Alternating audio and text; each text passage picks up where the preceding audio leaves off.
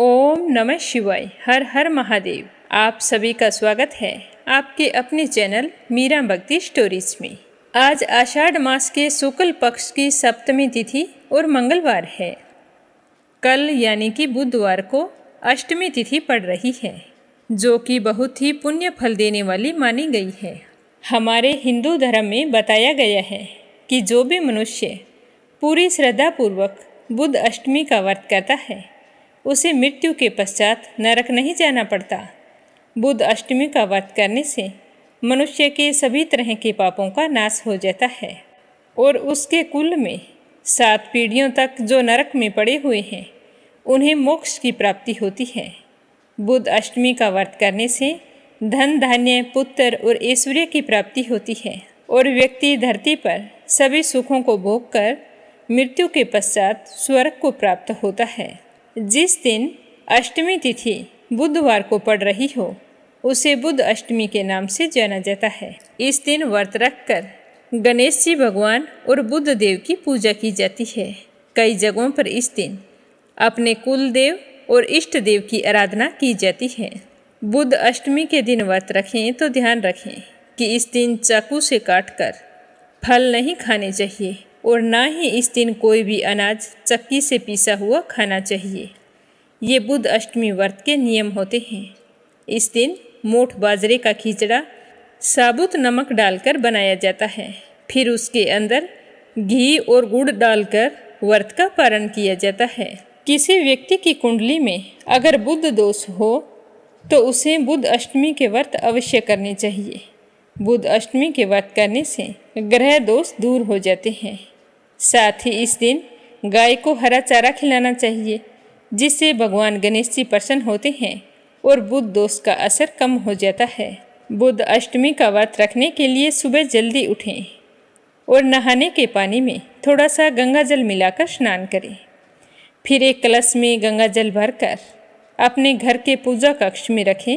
गणेश जी भगवान और बुध देवता के साथ साथ अपने कुल देव और इष्ट देव को भी याद करना चाहिए और फिर बुध अष्टमी की कथा सुनकर गणेश जी भगवान की आरती करें और सूर्य देव को जल अर्पित करें। इस तरह जो भी व्यक्ति पूरे विधि विधान से बुध अष्टमी का व्रत करता है उसके 7 जन्मों के पाप नष्ट हो जाते हैं। तो अब अपने सुनेंगे आज की कथा। हमेशा की तरह सबसे पहले सुनेंगे गणेश जी भगवान की कहानी। तो प्रेम भाव से कहिए, गणेश जी महाराज की जय हो। एक छोटे से गांव में गणपति भट्ट नाम के एक ब्राह्मण रहते थे। वह वेदों और पुराणों के अच्छे ज्ञाता थे। गणपति भट्ट को लगता था कि परब्रह्मा भगवान का स्वरूप गणेश जी के जैसा ही है और उनके दर्शन मात्र से ही मुक्ति प्राप्त हो जाती है। तो वे गणेश जी भगवान के परम भगत थे। एक बार गणपति भट्ट ब्रह्म पुराण पढ़ रहे थे तो उसमें लिखा था कि नीलगिरी में भगवान जगन्नाथ परम ब्रह्मा के रूप में प्रकट हुए हैं। व्यक्ति को उनके दर्शन मात्र से ही मोक्ष की प्राप्ति हो जाती है। उनके दर्शन करने वालों को कभी भी यमराज के सामने नहीं आना पड़ता। तो गणपति भट्ट परब्रह्मा के दर्शन के लिए जगन्नाथपुरी की यात्रा पर चल पड़े। मार्ग में भीख मांगकर जो कुछ भी प्राप्त होता उससे अपने पेट की भूख शांत कर लेते। अगर किसी दिन भोजन नहीं मिलता तो पत्ते खाकर और जल पीकर ही भूख मिटा लेते। लंबी यात्रा करते करते गणपति भट्ट जगन्नाथपुरी के प्रवेश द्वार अथर नाला पहुंच गए। अथर नाला के विषय में मान्यता है कि जो भी इस स्थान को पार करके पूरी धाम पहुंचा है उसे कभी भी यमराज दंड नहीं देता।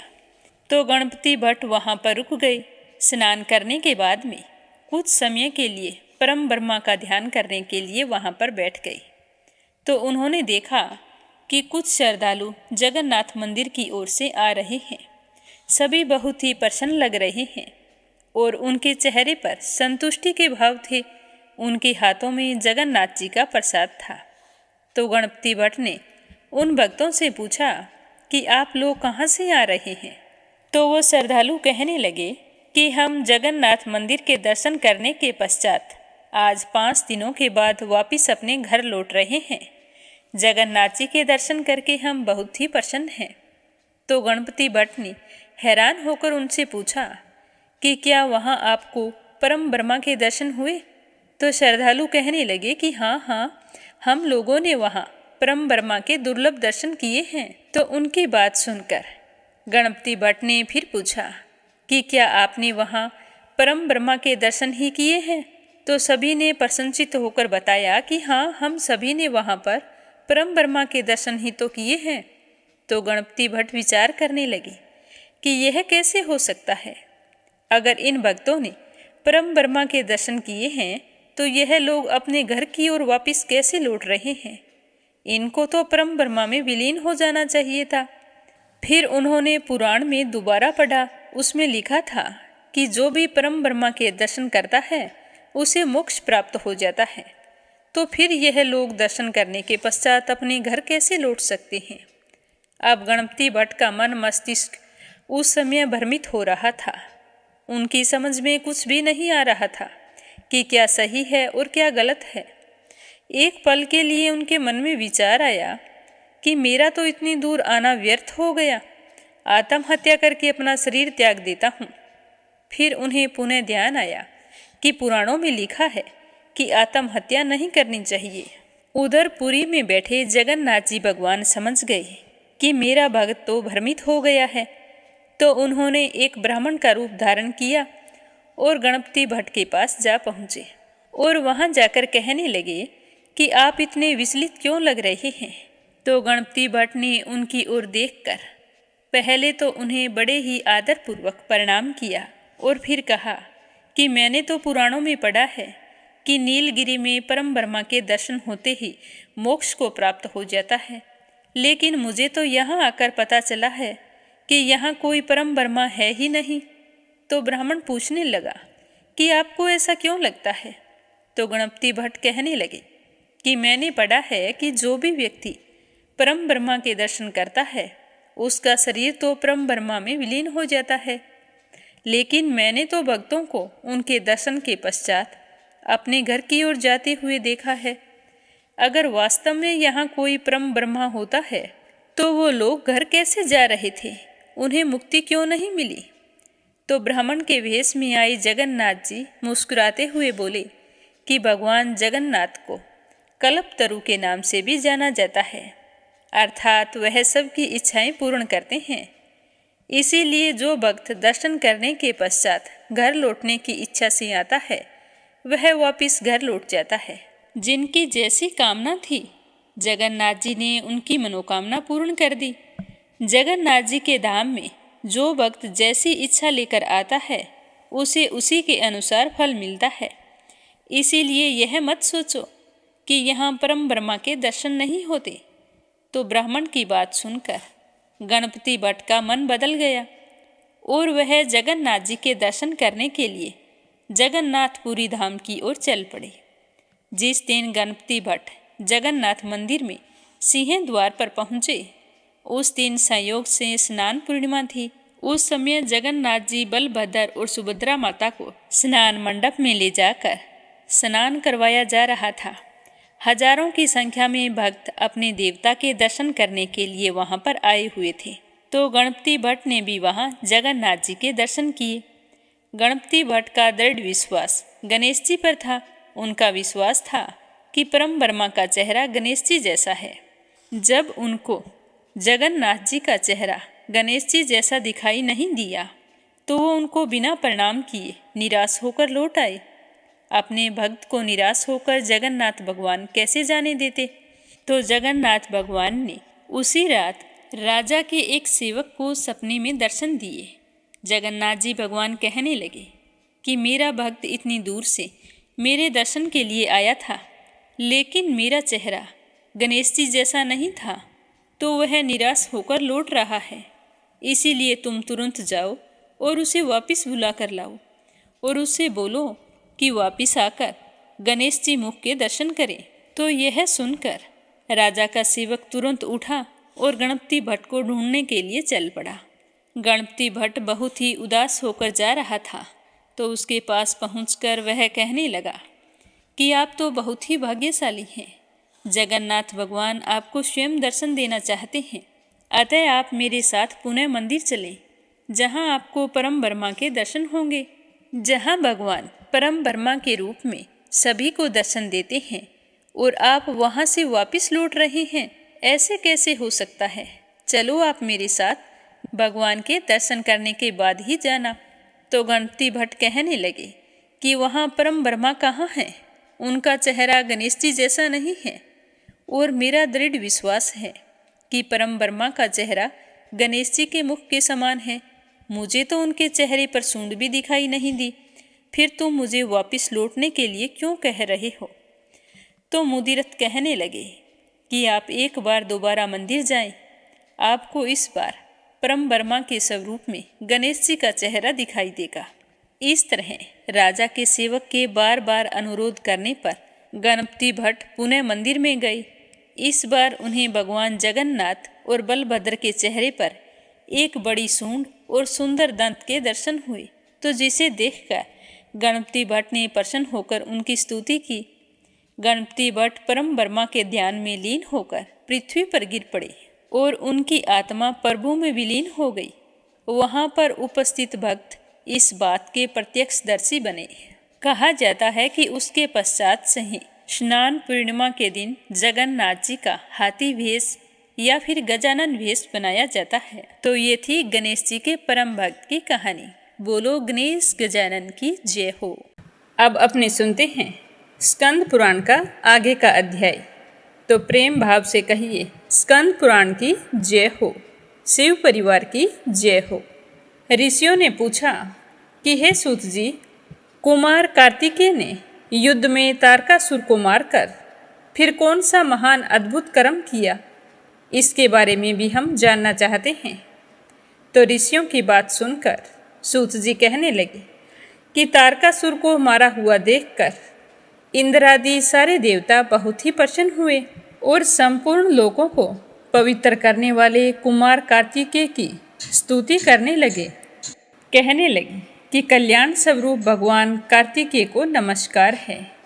शिवनंदन आपको नमस्कार है, आपको नमस्कार है।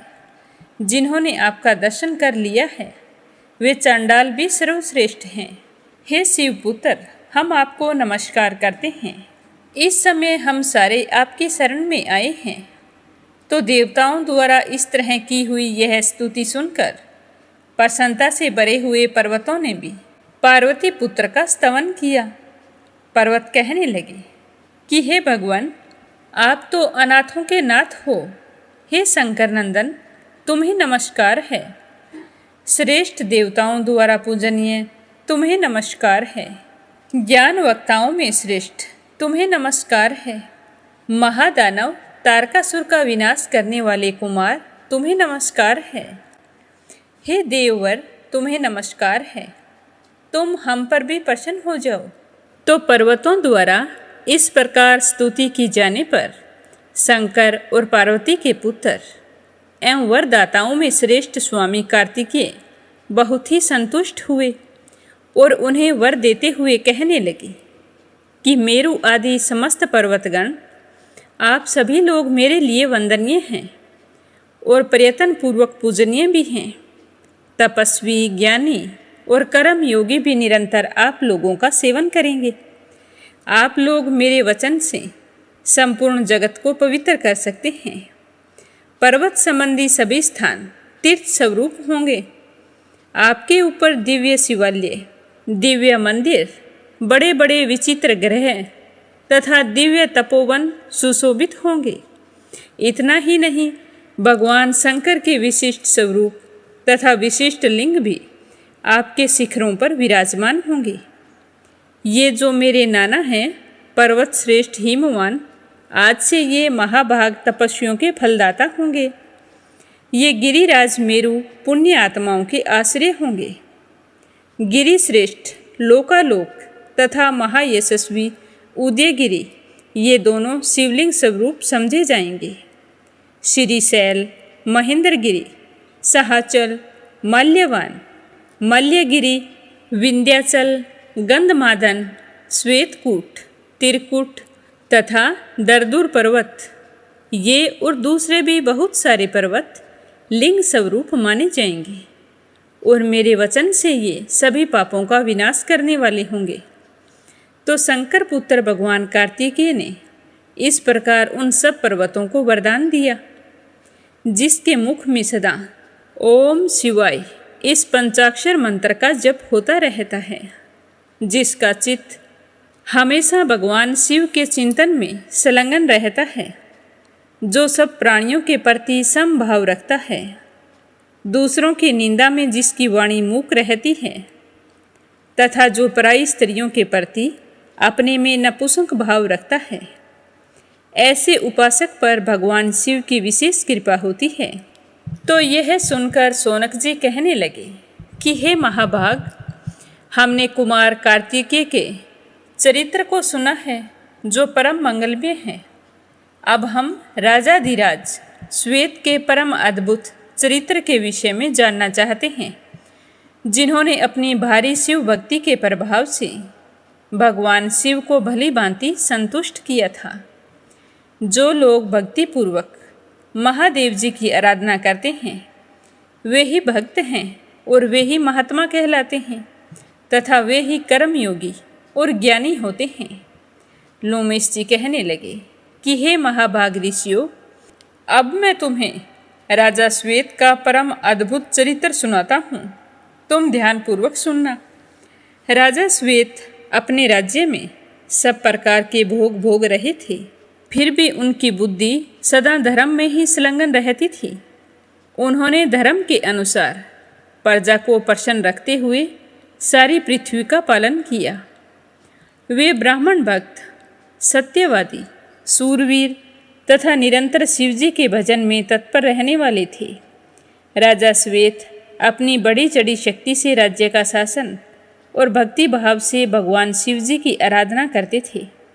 इस प्रकार परमेश्वर की आराधना करते करते महाराज श्वेत की सारी आयु बीत चली थी।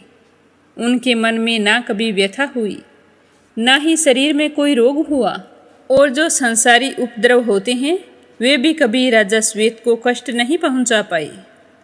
उनके राज्य में सारे लोग निर्भय होकर घूमते थे, किसी को कोई दुख नहीं था। महाराज के राज्य में बिना जोते बोए ही अनाज पैदा होता था। ब्राह्मण हमेशा तपस्या में संलग्न रहते थे और दूसरे लोग भी अपने अपने वर्ण तथा आश्रम संबंधी धर्म का पालन करते थे। सारी पृथ्वी में प्राय सर्वत्र मंगलमय उत्सव ही होता रहता था। सारे लोग खुश थे। भगवान शिवजी की कृपा से राजा श्वेत के राज्य में सारी प्रजा सदा मानसिक कष्टों से रहित, आनंद मगन तथा सुखी रहती थी। कभी किसी को भी पुत्र की मृत्यु नहीं देखनी पड़ी, कोई दुख नहीं उठाना पड़ा, या किसी का अपमान, महामारी, दरिद्रता, कोई भी कष्ट नहीं सहन करना पड़ा। सारे सर्व सुखी और संपन्न थे। इस प्रकार भगवान शिव की पूजा में लगे हुए राजा श्वेत के जीवन का बहुत सा समय सफलतापूर्वक बीत गया था। एक दिन की बात है कि राजा श्वेत शंकर जी की आराधना में लगे थे। उसी समय यमराज ने उनके पास अपने दूत भेजे और उन दूतों को आज्ञा दी कि चित्रगुप्त के कहे अनुसार राजा श्वेत की आयु पूरी हो चुकी है, अतः तुम जाओ और उन्हें जल्दी से लेकर आओ। तो दूतों ने कहा कि जो आज्ञा। यह कहकर राजा को ले जाने की इच्छा से भगवान शिवजी के मंदिर में आई। उनके हाथ में कालपाश था तथा वे आकृति से भी बड़े भयानक थे। यमदूतों ने शीघ्रतापूर्वक वहां आकर देखा कि राजा श्वेत गहरी समाधि लगाई भगवान शिव के समीप बैठे हैं। तो उन्हें देखकर उनके मन में जो ही हलचल हुई, त्यों ही वे सब दूत चित्रलिखित की भांति निश्चेष्ट हो गए, और वो यमदूत धर्मराज की आज्ञा का पालन नहीं कर सके। और जब यमराज को पता चला कि यमदूत कुछ नहीं कर पाए हैं, तो वे स्वयं ही राजा को लेने के लिए आ पहुँचे। उन्होंने राजा को सहसा ले जाने के लिए अपना दंड ऊपर को उठा रखा था। धर्मराज ने देखा कि राजा श्वेत शिव भक्ति से युक्त होकर भगवान शिव के ही चिंतन में तत्पर हैं, केवल ज्ञान का आश्रय ले शांत भाव से विराजमान हैं।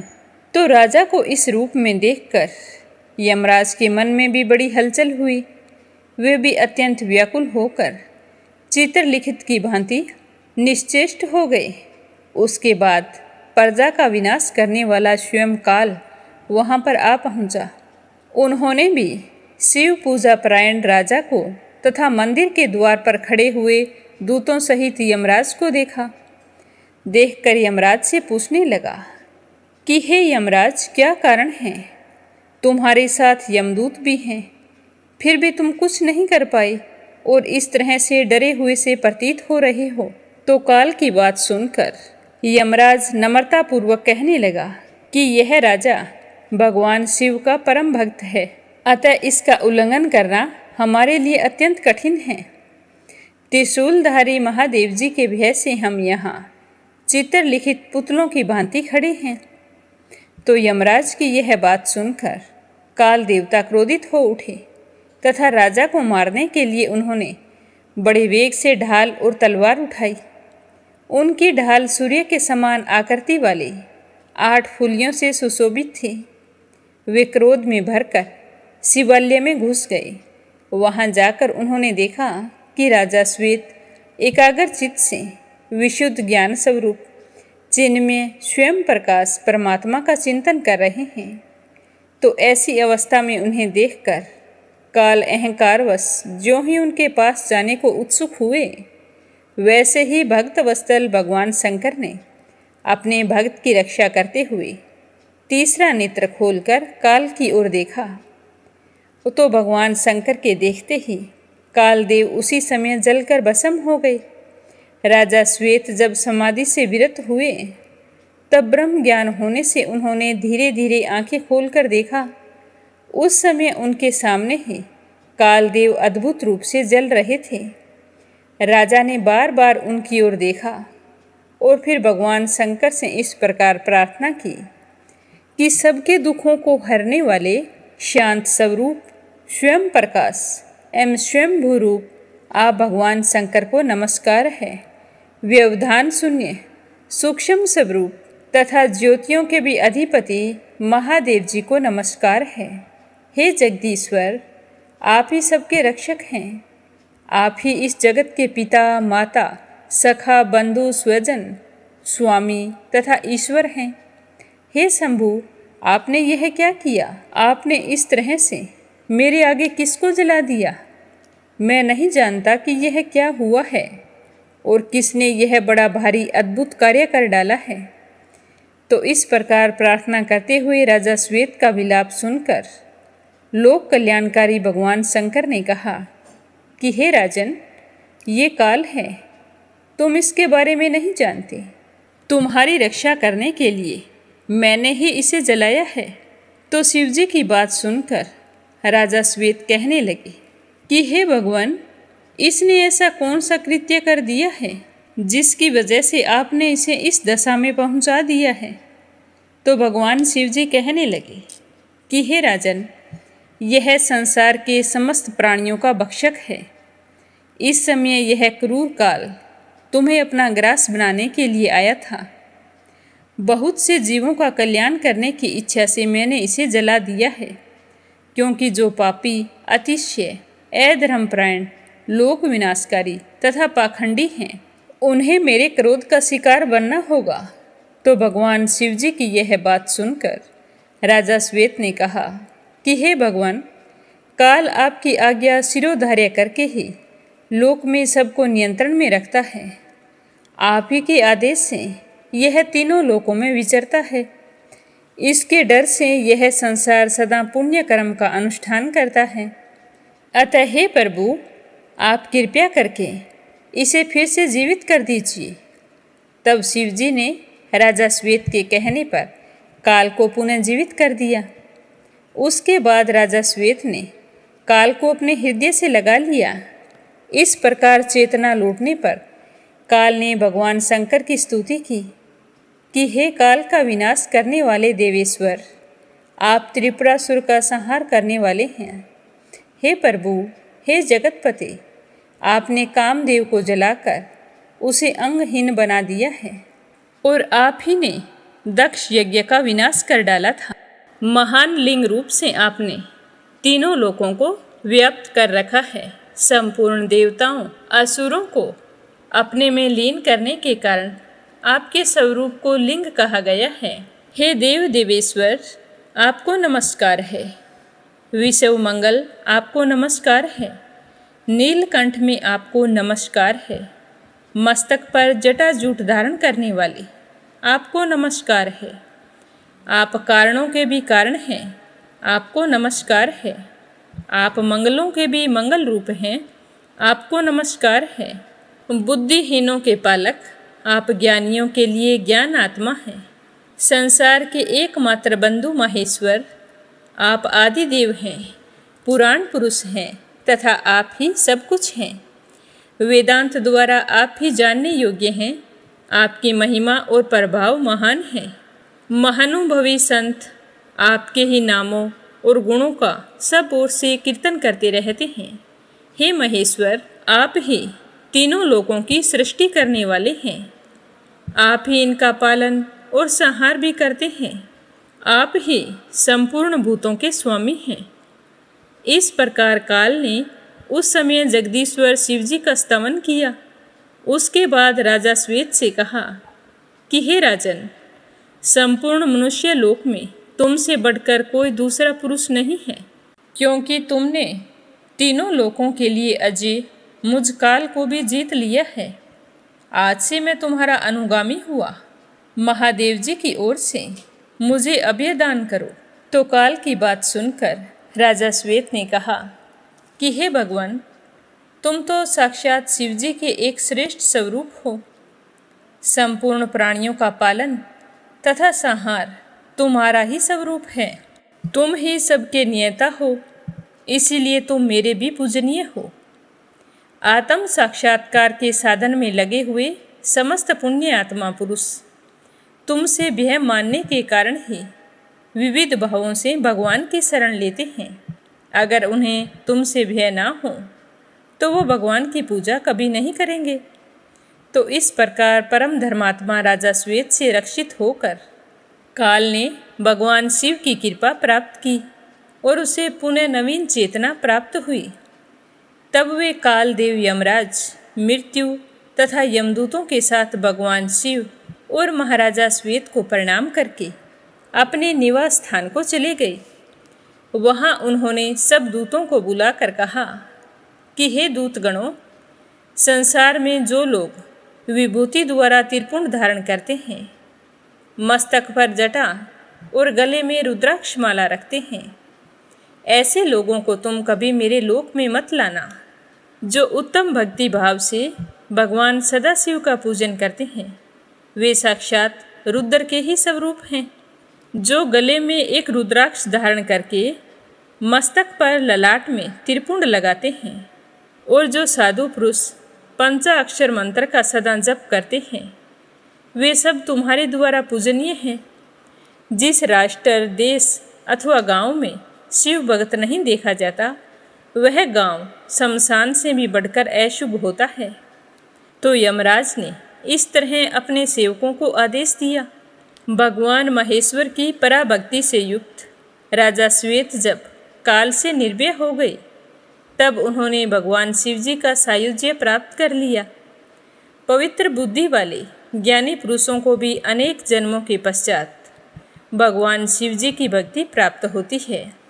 अतः हर मनुष्य को भगवान भोले शंकर की पूजा अवश्य करनी चाहिए।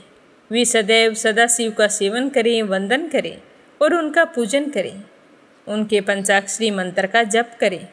तो इस तरह जो व्यक्ति अपने जीवन में सदाशिव की पूजा करता है, वह कभी भी गंभीर समस्या में नहीं पड़ता है, क्योंकि उसकी रक्षा स्वयं भगवान भोले शंकर करते हैं। तो आज की कथा को यहीं पर विराम देते हैं। कल की कथा में अपने सुनेंगे शिवरात्रि व्रत की महिमा। तो प्रेम भाव से सुनते रहिए। भगवान शिव शंकर आपकी सारी मनोकामनाएं पूर्ण करें। प्रेम से बोलो स्कंद पुराण की जय हो, शिव परिवार की जय हो।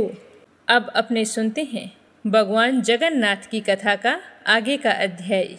बोलो जगन्नाथ जी की जय हो। अब राजा इंद्रधूमन को भगवान की प्रेरणा समझ आने लगी थी कि आखिर प्रभु के विग्रह के लिए जो लकड़ी का कुंदा पानी में बहकर आया है वो लाख कोशिशों के बाद भी हिलडुल नहीं रहा है, तो इसके पीछे अवश्य कोई वजह है।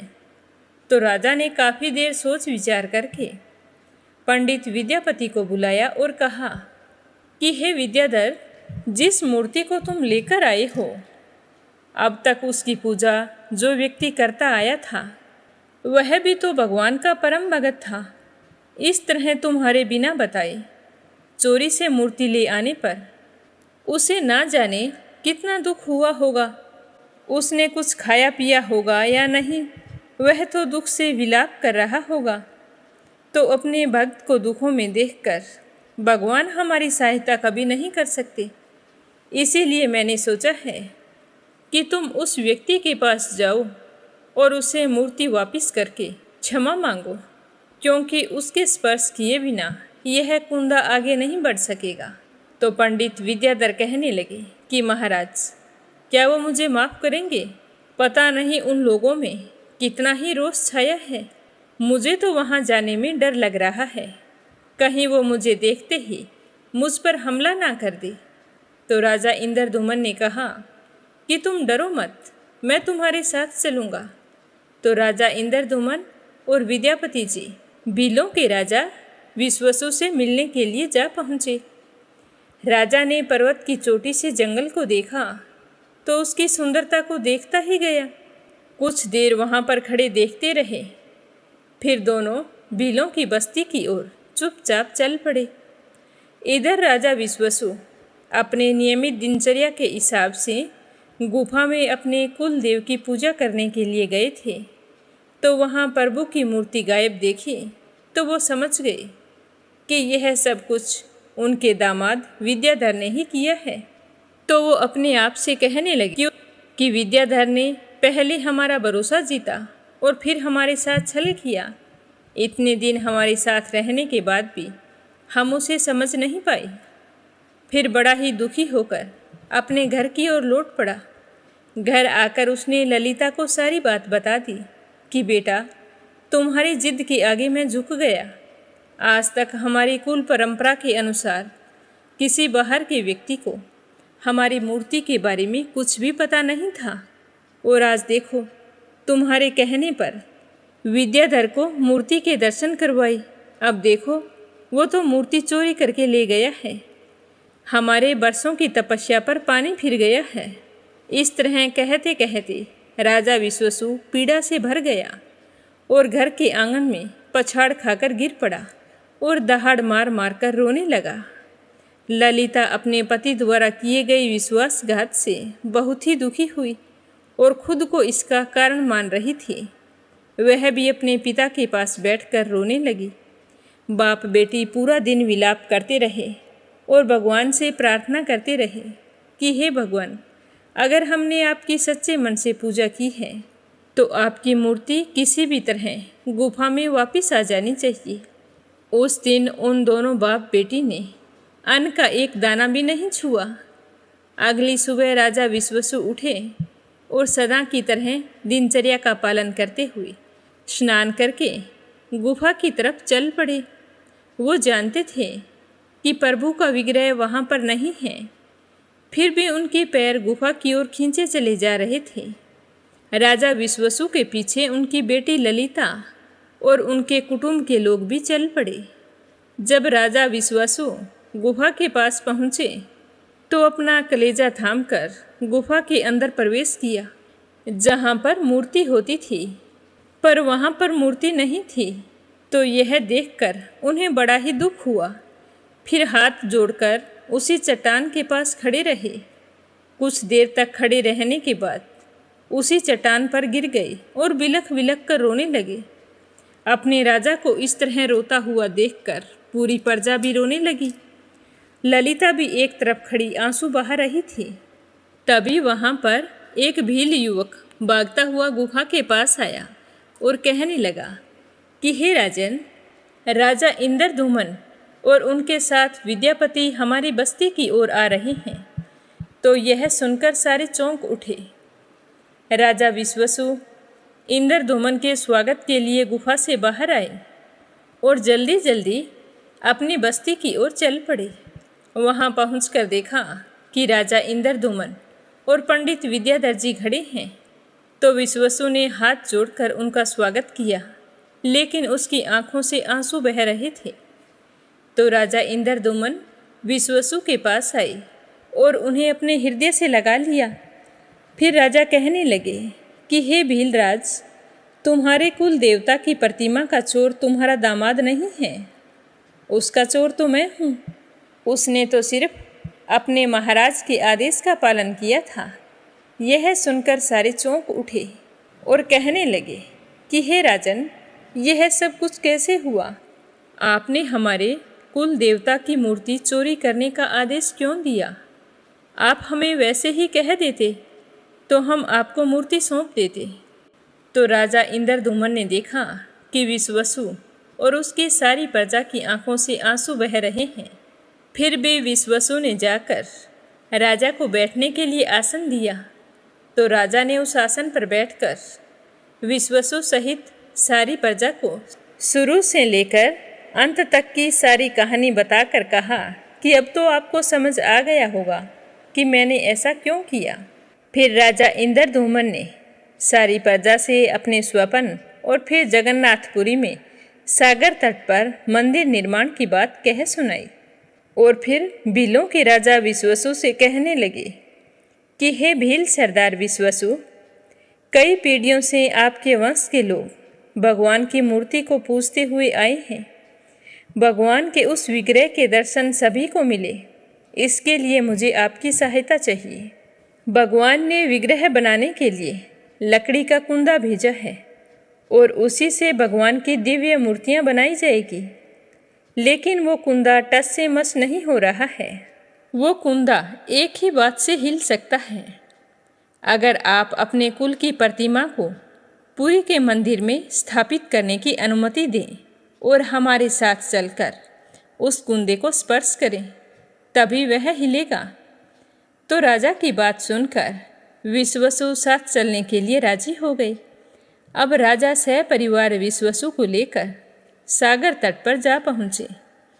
तो जैसे ही विश्वसु ने कुंदे को छुआ, तो उनके हाथ लगाते ही कुंदा अपने आप तैरता हुआ किनारे पर आकर लग गया।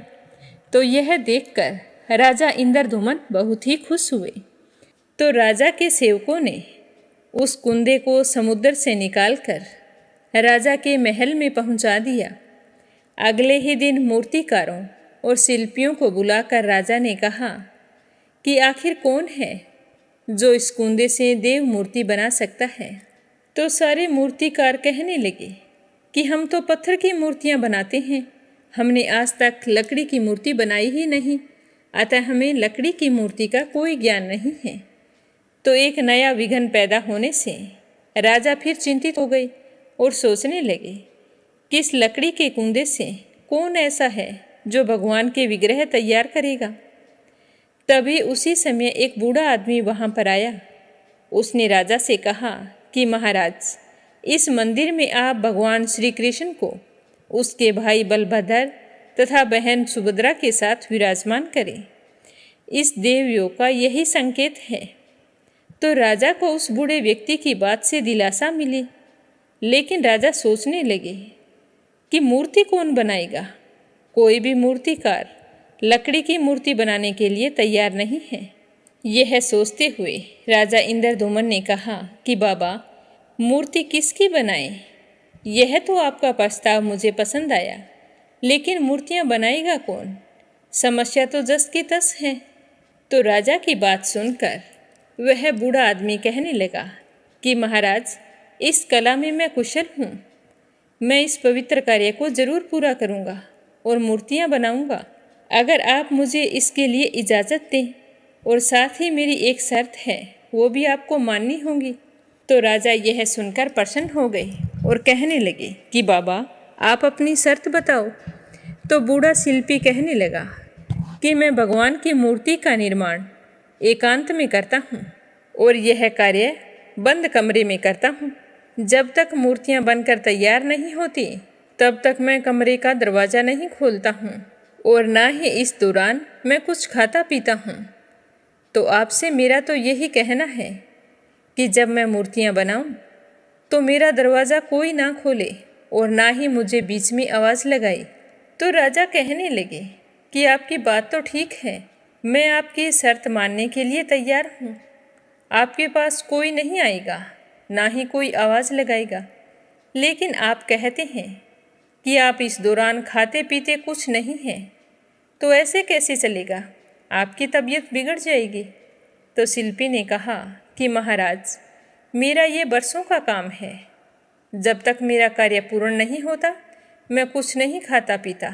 आप मेरी तरफ से निश्चिंत रहिए। तो राजा ने कहा कि ठीक है, जैसा तुमने कहा है उसी तरह तुम्हारे लिए व्यवस्था कर दी जाएगी। तो दूसरे ही दिन राजा ने मंदिर के एक विशाल कक्ष में लकड़ी के कुंदे को रखवा दिया और फिर बूढ़े शिल्पी से कहा कि आप मूर्ति निर्माण का कार्य शुरू करो। तो बूढ़े शिल्पी ने कहा कि मैं इस कार्य में 21 दिन लगाऊंगा और इस बीच आप अपनी शर्त याद रखना। यह कहकर उसने अपने आप को 21 दिनों के लिए उस कमरे में बंद कर लिया और काम शुरू कर दिया। अब मूर्तियां बनाता तो कमरे के अंदर से सारा दिन आवाज़ें आती रहती। राजा इंद्रधूमन की पत्नी महारानी गुंडीचा देवी दरवाजे से कान लगाकर रोजाना छेनी हथेड़े के चलने की आवाज़ें सुना करती थी। रानी को आवाज़ सुनकर तसल्ली हो जाती कि बूढ़े बाबा ठीक हैं और अपना काम अच्छे से कर रहे हैं। तो इसी तरह 15 दिन बीत गए। वह बूढ़ा शिल्पीकार अपने कार्य में लगा था और रोजाना की तरह महारानी गुंडीचा कमरे के दरवाजे से कान लगाई खड़ी थी, लेकिन उस दिन उन्हें कमरे में से कोई भी आवाज़ सुनाई नहीं पड़ रही थी। तो यह देखकर महारानी गुंडीचा परेशान हो गई।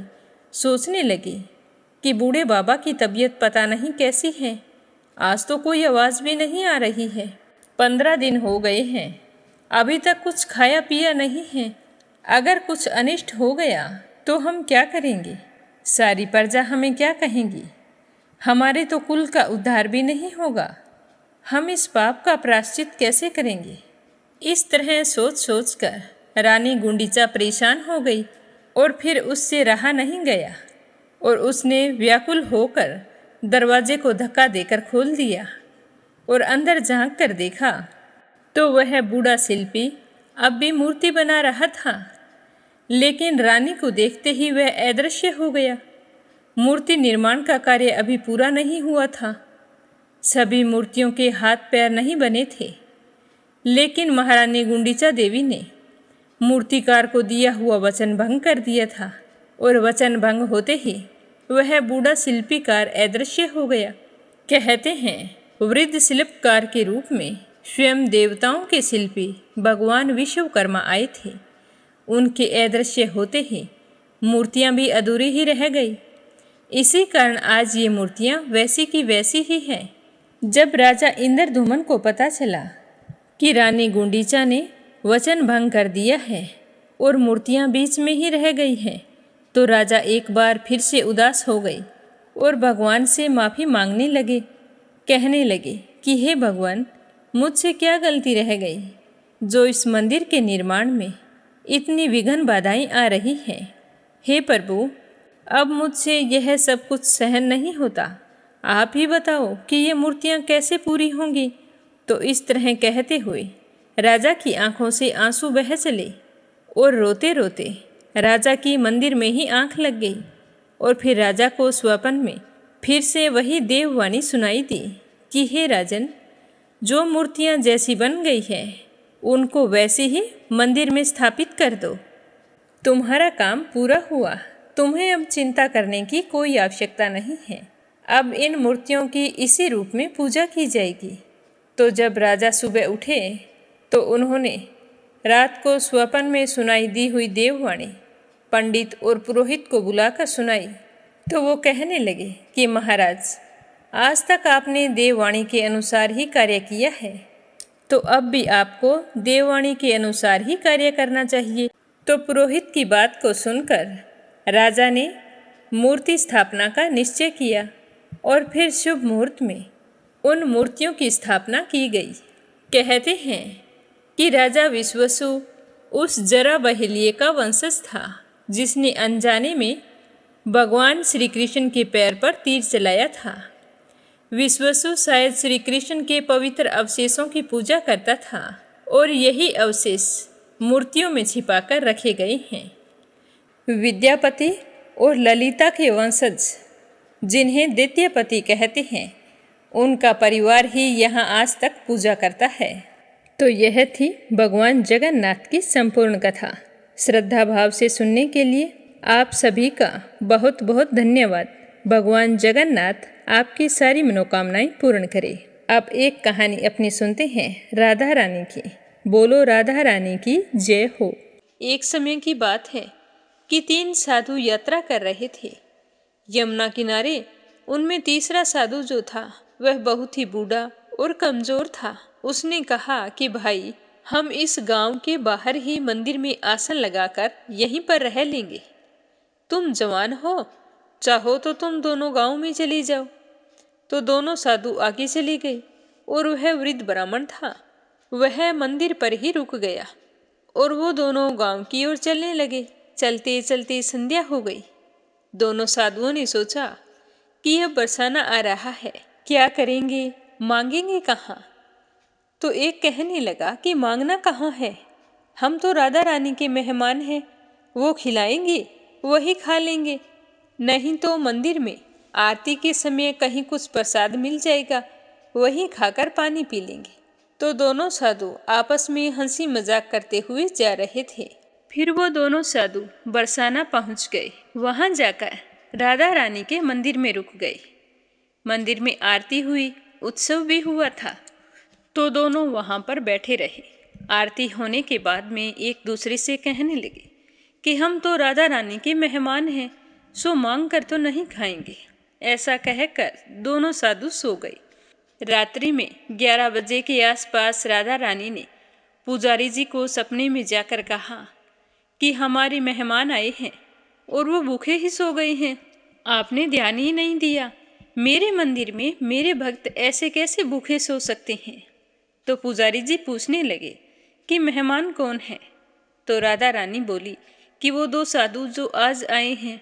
तो पुजारी जी जल्दी से उठे और उन साधु बाबाओं के पास गए और उन्हें आवाज लगाकर उठाया और उनसे पूछने लगे कि तुम दोनों राधा रानी के मेहमान हो क्या। तो साधु बाबा बोले कि नहीं, हमने तो ऐसा नहीं कहा, हमने तो रास्ते में एक दूसरे से यूं ही मजाक की थी। तो पुजारी जी कहने लगे कि चलो उठो, हाथ पैर धो लो और भोजन कर लो। तो फिर पुजारी जी उनके लिए पत्तल लाए और उन्हें अच्छे से अच्छा जो मंदिर का प्रसाद था, जो उत्सव में चढ़ाया गया था, वो उन्हें लाकर दिया। तो दोनों साधु भोजन करने लगे और एक दूसरे से कहने लगे कि हमने तो मजाक में कहा था और राधा रानी ने तो हमें सचमुच में मेहमान बना लिया। हे राधा मैया, आपकी जय हो। भोजन करने के बाद में दोनों साधु राधा रानी का चिंतन करते हुए सो गए। दोनों साधुओं को एक जैसा ही सपना आया। सपने में वो देखते हैं कि 12 साल की राधा रानी उनसे बोलकर कहती है कि साधु बाबा, भोजन कर लिया आपने, तृप्त तो हो गई होगी, भूख तो आपकी मिट गई होगी, भोजन अच्छा था क्या। एक ही सांस में 10 सवाल कर दिए। तो साधु बाबा कहने लगे कि हाँ, भोजन बहुत अच्छा था। तो राधा रानी कहने लगी, भोजन और जल आपको सुखद लगा। तो साधु बाबा बोले कि हाँ, अब तुम्हें कोई और चीज़ की आवश्यकता तो नहीं। तो साधु बाबा कहने लगे कि नहीं, अब हमें कोई चीज़ की आवश्यकता नहीं है, भोजन अच्छा था और हम अच्छे से तृप्त हो गए हैं। तो राधा रानी कहने लगी कि देखो, वो पुजारी डरा डरा सा तुमको भोजन तो करा गया, लेकिन मेरे पान के बीड़े का प्रसाद तो तुम्हें देना ही भूल गया। लो, मैं तुम्हें पान का बीड़ा दे देती हूँ। ऐसा कहकर उसने उनके सिरहाने पर पान का बीड़ा रख दिया। सपने में वो देख रहे थे कि राधा रानी उनके सिरहाने पर पान का बीड़ा रख रही है। तो ऐसे में दोनों की आंख खुल गई। तो उन्होंने देखा कि सचमुच पान का बीड़ा सिरहाने रखा हुआ है। तो दोनों साधु बड़े ही हैरान हुए और राधा रानी का जयकारा लगाने लगे कि जय जय श्री राधे राधे, बरसाने वाली राधे राधे, राधा मैया आपकी जय हो। अब अपने सुनते हैं लपसी और तपसी की कहानी। बोलो लपसी तपसी की जय हो। बहुत पुराने समय की बात है। एक गांव में एक ब्राह्मण परिवार रहा करता था। उसमें पति पत्नी के अलावा उनके 2 बच्चे थे।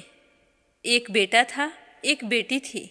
ब्राह्मण दंपति बहुत ही सरल स्वभाव के थे। समय मिलने पर प्रभु का स्मरण किया करते थे। उनकी बेटी बहुत ही संस्कारी और सुशील थी, लेकिन उनका बेटा आवारा किस्म का था। वह कोई काम धाम नहीं करता और ना ही कभी अपने माँ बाप का कहना मानता था। समय के साथ दोनों बहन भाई बड़े हो गए। बहन की शादी कर दी गई, पर भाई का वही हाल था। उसके माँ बाप ने उसे समझाया कि बेटा, अब हम वृद्ध हो चले हैं, तुम कोई काम किया करो, लेकिन उस पर उनकी बातों का कोई असर नहीं होता था। तो एक दिन ब्राह्मणी अपने पति से कहने लगी कि स्वामी, आप बिल्कुल काम छोड़ दीजिए। जब घर में कुछ भी नहीं होगा तो यह अपनी जिम्मेदारी समझेगा और काम पर लग जाएगा। तो ब्राह्मण ने दूसरे दिन से काम पर जाना छोड़ दिया। तो यह देखकर उनके बेटे ने कोई काम नहीं किया और चोरी करने चला गया। आते जाते राहगीरों को लूट लेता और उसी से अपने घर का गुजारा किया करता था। तो उसकी लूटने और चोरी करने की आदत से सारे गांव वाले उसे लपसी कहने लगे। तो लपसी की इस हरकत से उसके माँ बाप बहुत ही दुखी रहते थे, पर वह किसी की सुनने के लिए तैयार नहीं था। इसी तरह समय बीतता गया। एक दिन की बात है कि लपसी एक पीपल के पेड़ पर बैठा था। तभी शिव पार्वती जा रहे थे। पार्वती माता गहनों से लदी हुई थी। तो लपसी उन्हें देखकर सोचने लगा कि सूरत के कितने गहने हैं, आज ये सारे के सारे लूट लूँगा तो मुझे कई महीनों तक चोरी नहीं करनी पड़ेगी। तो वह लूटने के इरादे से पीपल की ओट में होकर बैठ गया। जैसे ही शिव पार्वती वहाँ से जाने लगे तो लपसी एकदम से शिव पार्वती के सामने आकर कहने लगा कि जल्दी से जितने सारे गहने पहन रखे हैं उतार दो। तो पार्वती माता कहने लगी कि तुम चोरी क्यों करती हो, तुम्हें पता है चोरी करना पाप है। तो लपसी कहने लगा कि क्या करूं, घर पर मेरे माँ बाप हैं, मेरी एक भांजी है, उनके लिए दोनों समय भोजन की व्यवस्था कहाँ से करूं, मुझे कोई काम तो आता नहीं है। तो लपसी की बात सुनकर पार्वती माता कहने लगी कि तुम जो चोरी करके पाप करते हो, इस पाप का भागी कौन बनेगा। तो लपसी कहने लगा कि मेरे घर वाले सारे बनेंगे। तो पार्वती माता कहने लगी कि कोई नहीं बनेगा, पाप के भागी केवल तुम बनोगे। तो लपसी कहने लगा कि मैं लूट खोस कर उन्हीं के लिए लेकर जाता हूँ, तो पाप के भागी तो उन्हें बनना ही पड़ेगा। तो लपसी की बात सुनकर पार्वती माता ने हंसकर कहा कि हम यहीं पर बैठे हैं और तुम अपने घर जाओ, अपने घर वालों से पूछो कि कोई तुम्हारे पाप का भागी बनेगा क्या। तो यह सुनकर लपसी भागा भागा अपने घर आया और अपनी माँ के पास गया और कहने लगा कि माँ, मैं चोरी करके लाता हूँ, राह चलते राहगीरों को लूटता हूँ, तुम्हारे लिए ही तो करता हूँ। तो तुम मुझे एक बात बताओ, चोरी करने से जो पाप लगता है तो आप मेरे पाप के भागी बनोगे। तो लपसी की बात सुनकर उसकी माँ कहने लगी कि बेटा, मैंने तो तुमसे नहीं कहा कि तुम चोरी करके लाओ, तुम कमा कर लाओ, हमें तो 2 वक्त की रोटी चाहिए, मैं तो तुम्हारी पाप की भागी नहीं बनूंगी। तो माँ के मुंह से इस तरह की बात सुनकर लपसी तो हैरान हो गया। फिर वह अपने पिताजी के पास गया और जाकर कहने लगा कि पिताजी, मैं जो कुछ भी लूट खोस के लाता हूँ वो आपके लिए ही तो लाता हूँ। देखो मैंने लूट कर कितना धन इकट्ठा कर लिया है, कितने ऐशो आराम है तुम्हारे। अगर मैं चोरी नहीं करता तो क्या ये सब हमें मिलता। पिताजी, मैं तुमसे एक बात पूछता हूँ कि चोरी करने से पाप लगता है, तो उस पाप में आप मेरे भागीदार बनोगे क्या। तो लपसी की बात सुनकर उसके पिताजी कहने लगे कि बेटा, मैंने नहीं कहा कि तुम चोरी करके लाओ, तुम कमा कर लाओ, मैं तुम्हारे पाप का भागी नहीं बनूंगा। तो माँ बाप के मुंह से इस तरह की बात सुनकर वह बहुत ही उदास हुआ और सोचने लगा कि मैं कितने महीनों से चोरी कर रहा हूँ। ना जाने मुझ पर कितना पाप चढ़ गया है, और ये तो बोल रहे हैं कि पाप के भागी हम नहीं बनेंगे, तो अब क्या होगा। तो वह बड़े ही दुखी मन से शिव पार्वती से मिलने के लिए चल पड़ा। जैसे ही घर से बाहर निकलने लगा तो उसकी छोटी सी भांजी दरवाजे पर खेल रही थी। उसे पता नहीं था कि पाप पुण्य क्या होता है, तो वो कहने लगी कि मामा, पाप की भागी मैं बनूंगी। तो उसके इस तरह कहते ही लप्सी ने उसे गोद में उठाया और चल पड़ा।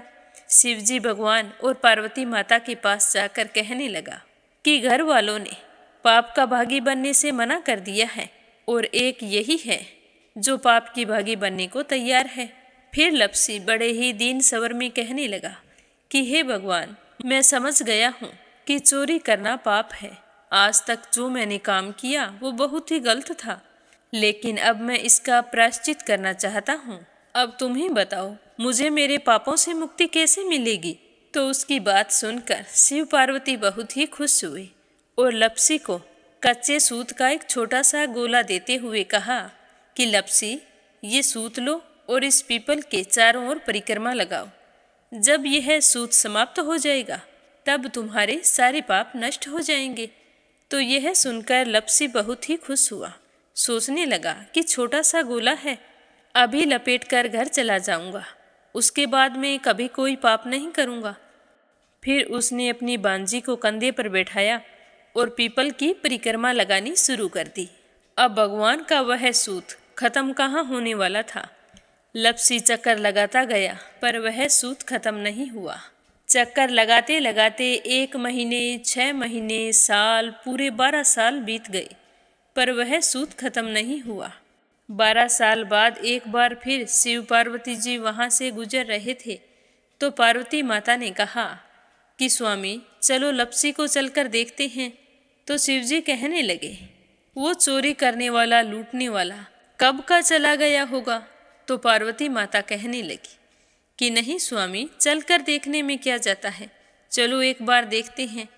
तो शिव पार्वती जी जैसे ही पीपल वृक्ष के पास आए तो देखा कि लप्सी तो अब भी चक्कर लगा रहा है।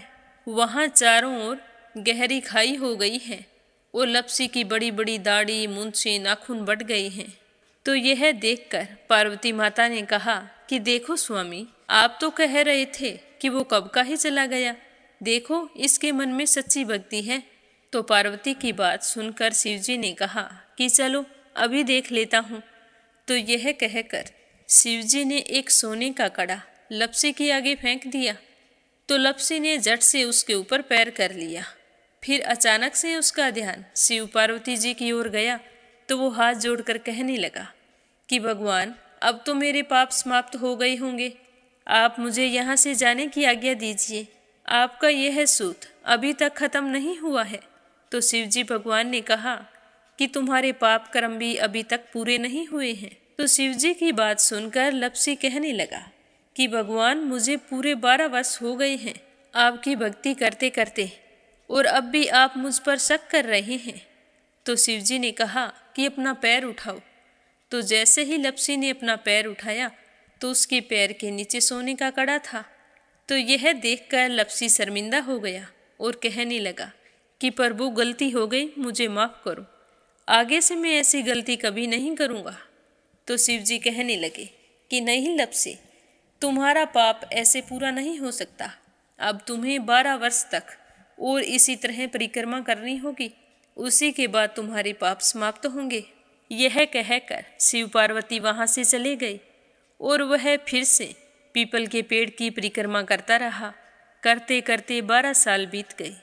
12 साल बाद में शिव पार्वती जी वहाँ पर आए तो उन्होंने देखा कि आज भी वो वहीं पर चक्कर लगा रहा है।